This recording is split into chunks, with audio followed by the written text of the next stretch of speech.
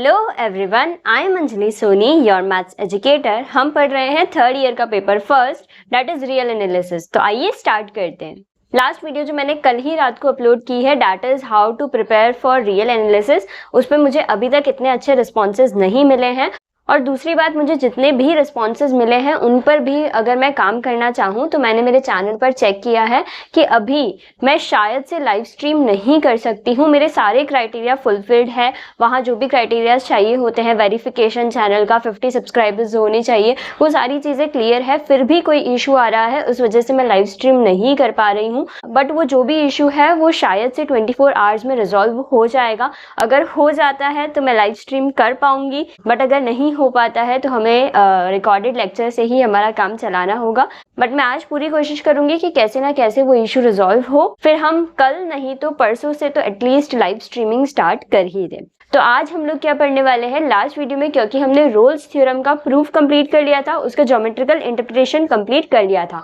आज की वीडियो में मैं आपको पढ़ाने वाली हूँ रोल्स थ्योरम का एल्जेब्राइक इंटरप्रिटेशन और रोल्स थ्योरम का एक और अनदर फॉर्म, और इससे रिलेटेड जितने भी एग्जाम्पल्स है वो सारा कुछ आज के लेक्चर में हम लोग कवर करने वाले हैं। मैंने आपको जो लास्ट वीडियो मैंने बनाई है स्पेशली उन स्टूडेंट्स के लिए जिन्हें ये जानना है कि हमें किस तरीके से पढ़ना है, तो वहाँ मैंने आपको यही बताया है कि ये जो मीन वैल्यू थ्योरम वाला चैप्टर है ये आपको अच्छे से पढ़ना ही है। इसमें से एग्जाम्स में आपको क्वेश्चन मिलते ही है। अगर मैं आपको लास्ट ईयर का ही एग्जांपल दूं, लास्ट ईयर जब मैंने रियल एनालिसिस का पेपर दिया था तो वहां 1 मार्क्स में तो एल्जेब्राइक इंटरप्रिटेशन पूछा गया था रोल्स थ्योरम का ही, और 3 मार्क्स में एक एग्जांपल पूछा गया था रोल्स थ्योरम का पहला ही एग्जांपल, जिसे भी आज हम लोग सॉल्व करने वाले हैं। और 15 मार्क्स के क्वेश्चन में भी एक 7 मार्क्स का क्वेश्चन जो है वो कॉशी मीन वैल्यू थ्योरम से पूछा गया था। तो आप देख सकते हैं कि मीन वैल्यू थ्योरम वाला चैप्टर अपने आप में बहुत ज्यादा इंपॉर्टेंट है। तो आज हम लोग समझते हैं कि एल्जेब्राइक इंटरप्रिटेशन क्या होता है।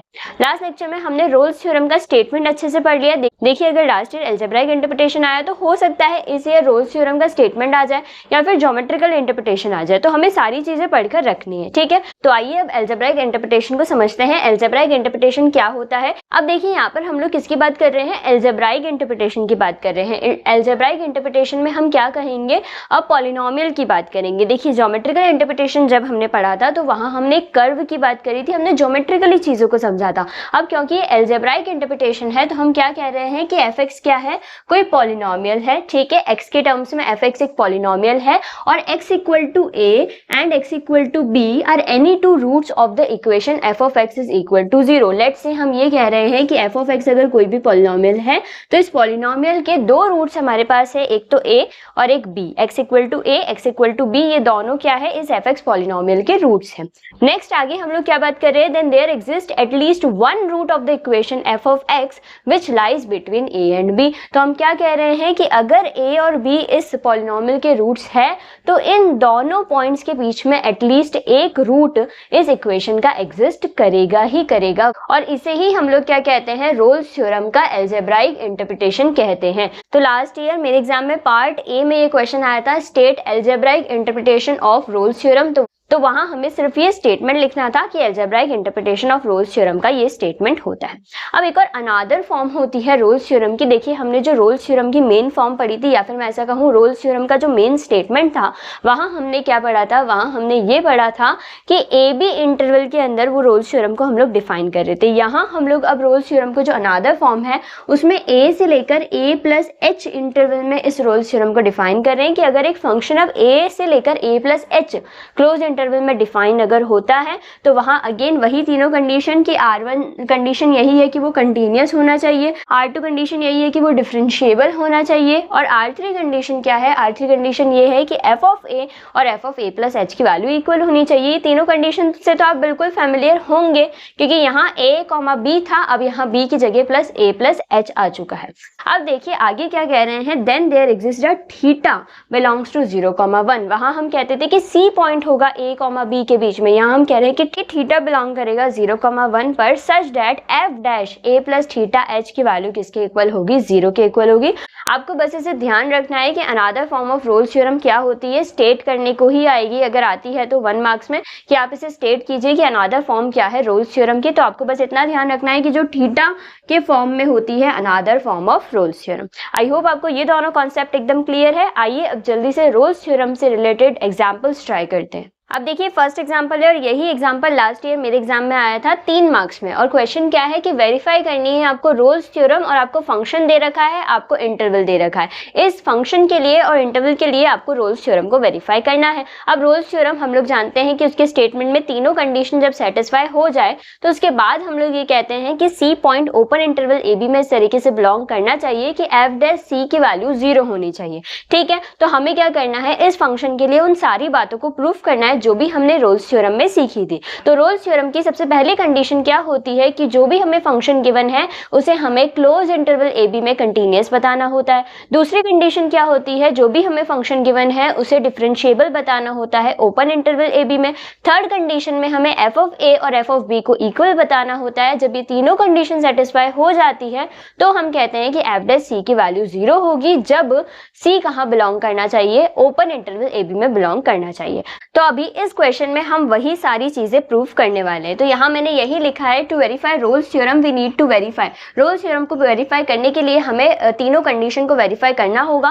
तो सबसे R1 कंडीशन को हमें प्रूफ करना है कि एफ ऑफ एक्स क्या होना चाहिए, कंटिन्यूअस होना चाहिए। अब देखिए कंटिन्यूटी हम लोग कैसे प्रूफ कर सकते हैं। यहाँ जो हमें फंक्शन गिवन है उसमें दो तरह के फंक्शंस मुझे दिख रहे हैं, एक एल्जेब्राइक फंक्शन और एक एक्सपोनेंशियल फंक्शन। तो एल्जेब्राइक फंक्शंस भी कंटिन्यूअस होते हैं, एक्सपोनेंशियल फंक्शंस भी कंटिन्यूअस होते हैं। इट मीन्स उनका प्रोडक्ट भी क्या होगा, कंटिन्यूअस होगा। तो मैंने इसी बात को लैंग्वेज में यहाँ लिखा है, क्योंकि ये दोनों फंक्शन कंटिन्यूअस है तो ये पूरा फंक्शन क्या होगा, कंटिन्यूअस होगा। कहाँ, क्लोज इंटरवल -3, 0 में।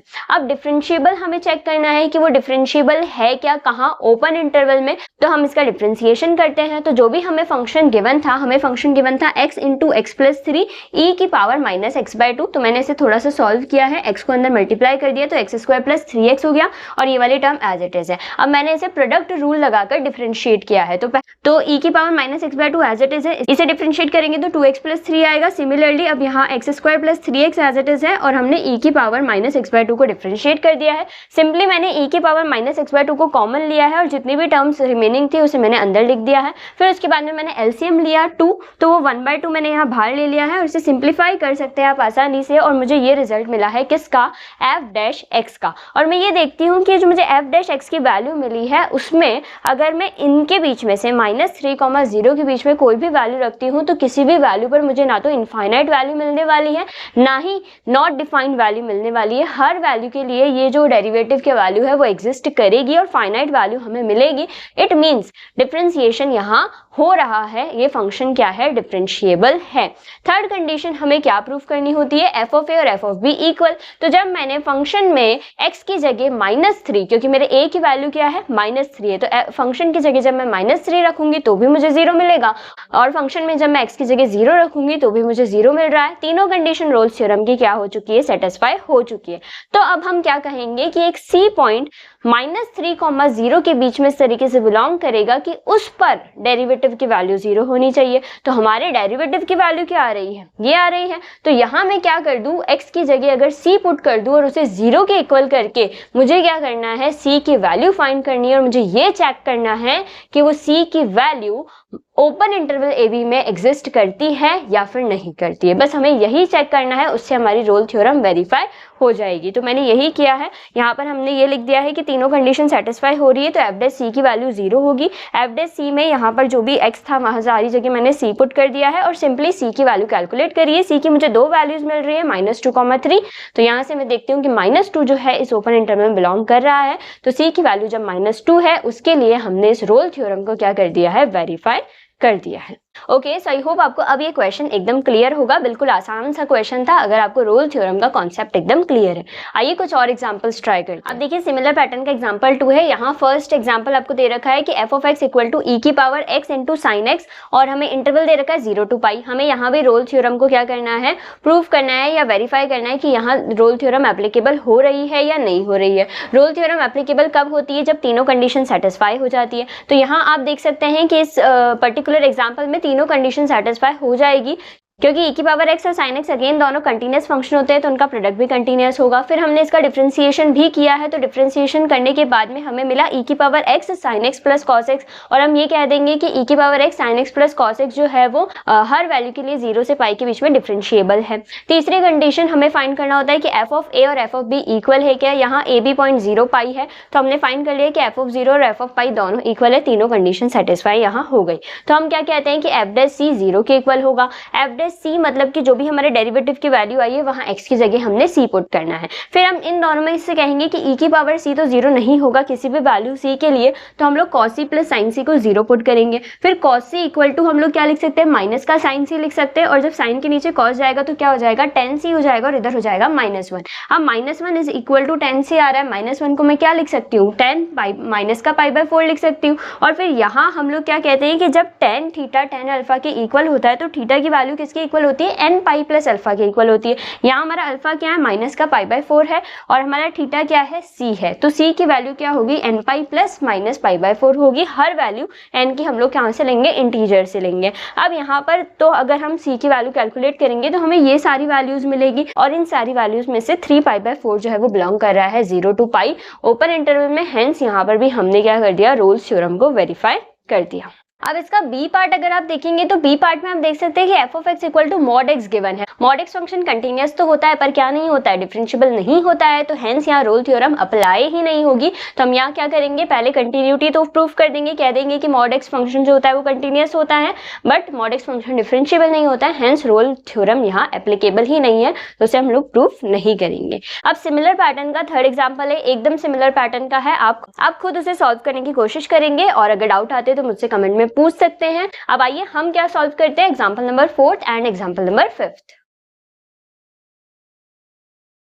अब देखिए लास्ट एग्जाम्पल अगेन बहुत ही आसान एग्जाम्पल है। यहाँ हमें शो करना है कि फंक्शन हमें गिवन है, हमें ये शो करना है कि अब एक इक्वेशन जो है वो सेटिस्फाई होगी at least one value of x lying between 1 and 3। 1 और 3 के बीच में एक कोई वैल्यू x ऐसी होगी जिसको ये इक्वेशन सेटिस्फाई करेगी। अब देखिए आपने रोल्स थ्योरम पढ़ने के बाद एक चीज तो समझ ही ली है कि यहाँ पर हम लोग ये बात करते हैं कि a b के बीच में कोई पॉइंट ऐसा होगा, कोई रूट ऐसा होगा। हमेशा जब भी आपके पास इस तरह की क्वेश्चन आएंगे कि एटलीस्ट एक पॉइंट ऐसा होगा जो इस इक्वेशन को सेटिस्फाई कर दे, एटलीस्ट एक रूट उसमें होगा, तो वहां सारी जगह आपको रोल्स थ्योरम का यूज करना है, क्योंकि रोल्स थ्योरम से ये वाले सारे क्वेश्चन सॉल्व हो जाते हैं। तो आपको क्या करना है, आपको यही करना है, इस गिवन एग्जांपल पे रोल्स थ्योरम अप्लाई करनी है और कुछ भी नहीं करना है। जब आप इसे सॉल्व करते टाइम लास्ट में ऐसा लिखते हैं ना कि c बिलोंग करेगा ओपन इंटरवल ए बी में such that f dash c की वैल्यू 0 होगी। यहाँ पर आप अगर x कंसीडर करके चलेंगे और इसे सॉल्व करेंगे तो लास्ट में आप इस इक्वेशन तक पहुंच जाएंगे जिस इक्वेशन को आपको इस क्वेश्चन में प्रूफ करना था। आसान क्वेश्चन है, सारे रोल्स थ्योरम के जितने भी क्वेश्चन है बहुत ही इजी क्वेश्चन है, और हमने देखा है कि डायरेक्टली 3 नंबर में पूछ लिए जाते हैं, तो फिर हम इन्हें क्यों स्किप करें जबकि इनका सोल्यूशन इतना आसान है। ओके, सो इसी के साथ रोल्स थ्योरम का जितना भी कॉन्सेप्ट था सारा मैंने कवर कर लिया है। अब नेक्स्ट रिकॉर्डेड वीडियो में तो हम लोग लेग्रांज मीन वैल्यू थ्योरम पढ़ेंगे। क्लासेस की जो भी अनाउंसमेंट होगी वो मैं आपको कम्युनिटी पोस्ट के थ्रू या फिर शॉर्ट्स के थ्रू, किसी के भी थ्रू मैं आपको जरूर इन्फॉर्म कर दूंगी कि लाइव क्लास होने वाली है या नहीं होने वाली है, कब होने वाली है, सारी इन्फॉर्मेशन मैं आपको दे दूंगी आपके सारे रिस्पॉन्सेस के बाद। ओके, तो आज की वीडियो में बस इतना ही। इसके आगे का कॉन्सेप्ट हम लोग पढ़ेंगे नेक्स्ट वीडियो में, so stay tuned for the next video. Thank you.